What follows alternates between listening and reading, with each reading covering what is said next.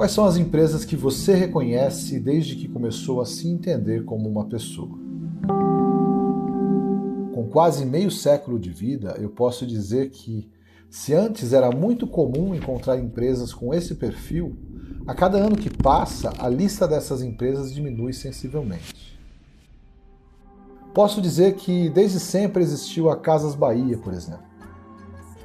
Claro que não com a mesma força e domínio de mercado que um dia ela já teve, mas é sem dúvidas uma instituição consolidada no imaginário coletivo. Me esforço para puxar pela memória mais alguns casos e percebo que cada vez mais eles vão rareando. As pernambucanas, as americanas no varejo são um bom exemplo. Jornais e grupos de mídia como a Folha de São Paulo e Grupo Globo são outro. Agora, os bancões. Os bancões sempre estiveram por aí. Bradesco e Itaú, acompanhados dos estatais Caixa Econômica e Banco do Brasil, são importantes referências cuja ausência causaria estranhamento até mesmo a millennials e representantes da geração Z, que por uma questão cronológica ainda não possuem memória para casos como estes. Mas talvez no futuro eles tenham ainda mais dificuldades que eu para lembrar de casos assim. Os números apontam que esse perfil empresarial, o de empresas longevas, é cada vez mais raro.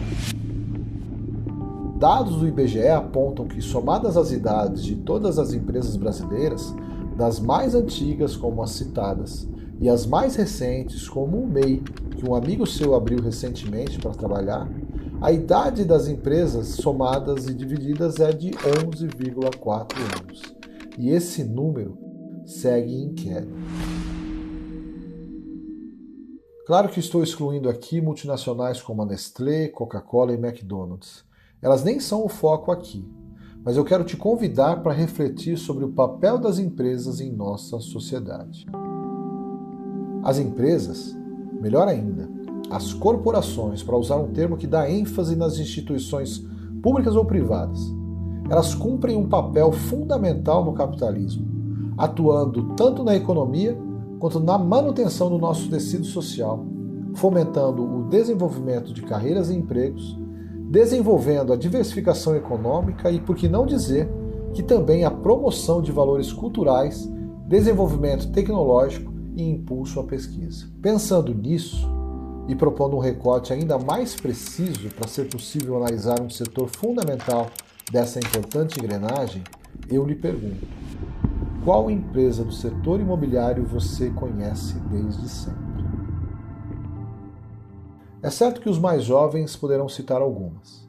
A Mineira MRV é certamente uma referência em apartamentos populares e a Cirela pode facilmente ser citada como top of mind em apartamentos de luxo. Mas se você está no mercado imobiliário há mais de uma década, vai saber que essas empresas ou não possuem uma atuação amplamente nacional, ou a sua trajetória está ligada a eventos mais recentes, como o programa Minha Casa Minha Vida, por exemplo. Mas eu garanto que existiu no mercado imobiliário uma empresa tão grande e significativa que marcou época e está presente em nosso inconsciente até hoje. A gente compra um apartamento pelo bom investimento que é. Mas não é só por isso. A gente compra um apartamento porque o imóvel dá segurança. Mas também não é só por isso.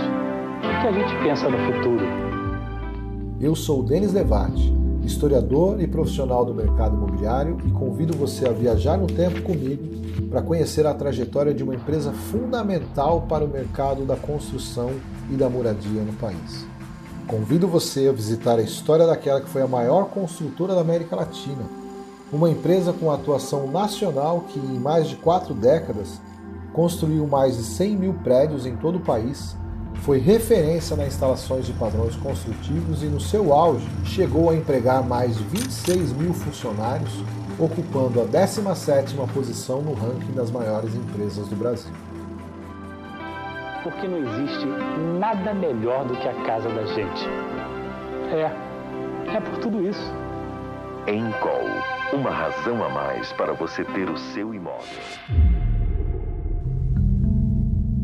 Este é a Saga da Encol, um podcast original Imob Report, resultado de uma longa pesquisa documental onde analisei classificados, revi anúncios, li livros e matérias em jornais e revistas, além de visitar locais importantes para entrevistar pessoas que estiveram envolvidas em um dos casos mais emblemáticos do mercado imobiliário brasileiro, a falência da Encol.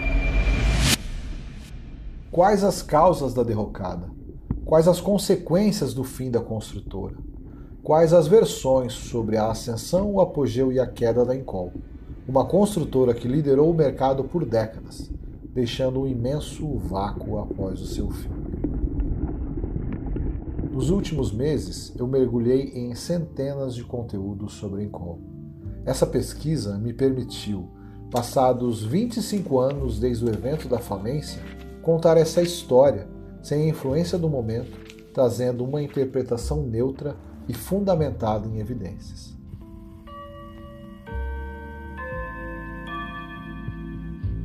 Siga comigo que nas próximas semanas vou lhe ajudar a conhecer e entender mais sobre essa empresa tão importante e descobrir quais lições podemos aplicar para o mercado imobiliário do futuro. No primeiro episódio, a fundação da Encol, de uma fábrica de tacos para a maior construtora do Brasil. A Saga da Encol, Ascensão e Queda de um Gigante Imobiliário, é um conteúdo original Imob Report. Os áudios das matérias mencionadas são da TV Record, TV Globo, Bandeirantes, SBT e as propagandas da Encol mencionadas estão disponíveis no YouTube. Eu sou Denis Levati, responsável pela pesquisa, roteiro e locução deste podcast. A edição, sonografia e mixagem ficou por conta de Vitor Schreiber. A supervisão do podcast é de Michel Prado e o projeto gráfico e identidade visual é da Cúpula.